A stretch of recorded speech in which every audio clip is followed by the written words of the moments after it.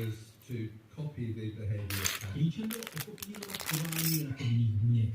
Víme, že některé druhy rakoviny rostou celým mozkem. Náš příspěvek je celočasným psychostatním přenesli do nervového systému.